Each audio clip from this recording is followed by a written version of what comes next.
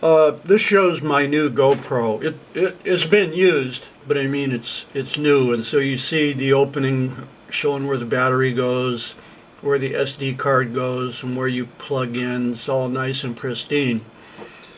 Okay, now it's waterproof to 33 feet. However, I was a diver. I haven't dove in over 20 years.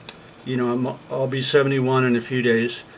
But I've got like 1,000 dives in, and I used an Iconos 5, you know, to take underwater pictures. You couldn't take movies back then. But anyway, the camera, the flashes, I had double flashes that stuck way out to the side on a special tray I made out of aluminum, you know. But the flashes, the camera, all the compartments, the doors, the lens, each time you had to soak it in fresh water because my dives were in salt water. I think I said mostly in Puget Sound. But you had to cautiously clean it with a Q-tip, the grooves, take out the rings, clean them, get a little silicone on your fingers and just a very little bit and rub it into where you almost can't even tell anything is there, and then cautiously do the O-rings and then reinsert them. You know, you inspect with a magnifying glass and then put them back in and cautiously reassemble the camera for the next dive, unless you're going to do 2 dives in a row, you know, like an hour apart. That's different. Okay, however, GoPros, they're selling to people and telling them they're waterproof to 33 feet, and a lot of people are going to get flooded cameras. It's not that GoPro is some kind of evil entity. It's that people just aren't familiar with using underwater cameras. The seals have to be cleaned because the tiniest bit of lint or the tiniest microscopic hair or fiber of cotton, anything that's virtually invisible, if it's on the sealing surfaces or laying across like an O-ring, or like the GoPro doesn't use O-rings, but it uses a rubber surface that is the same thing as an O-ring. So there's my nice pristine new camera, and here's some pictures. Same thing. I didn't touch it. I just took closer up pictures. Okay, now this is the O-ring. This surface here is the concept of an O-ring. It's a rubber sealing surface, and then around here is where it seals down in there. I mean, you could see it. I know I'm not doing a good job of pointing with a cursor, but so let's look at these other pictures. Well, there's a nice clean camera. And here's the sealing surface down in here. Look at those hairs. Look at over here. You get the point?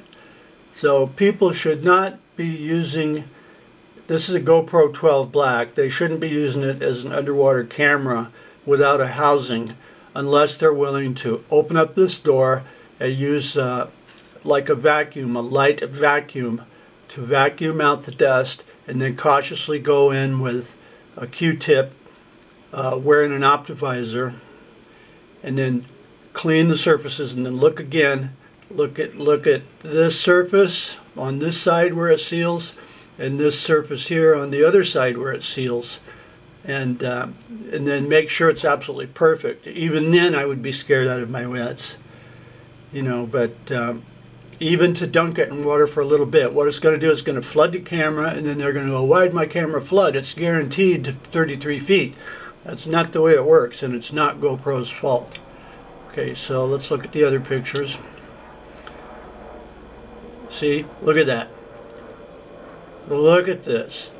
Look at this.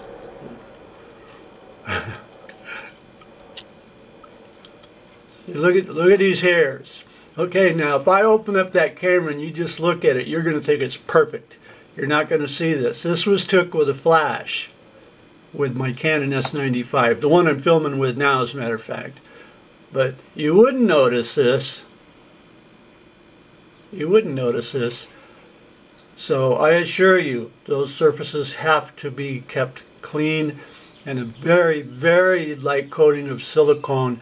I mean, so light you wouldn't believe it. You don't glob it on there. You know, it's just barely enough. Maybe microscopic amount on a Q-tip or something, and put it on there, and then inspect again and make sure there's none of this. Make sure there's none of that stuff, which is almost impossible. Okay, so what people are doing is they get housings because they find out the camera isn't waterproof. Well, it is if this seals, but they flood or something like that, and then they get a housing. Well, with a housing, you're still going to have to do the same concept.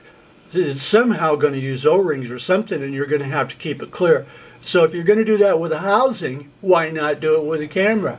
And don't use it underwater except some kind of emergency where you absolutely have to get a picture, sticking your arm down to get some fish or something down there on a hike. You know, but anyway, that's the point.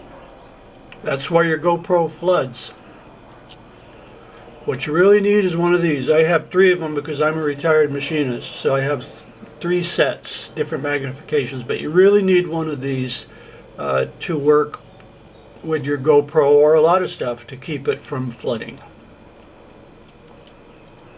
There you go, and there's your nice, what you thought was a pristine camera.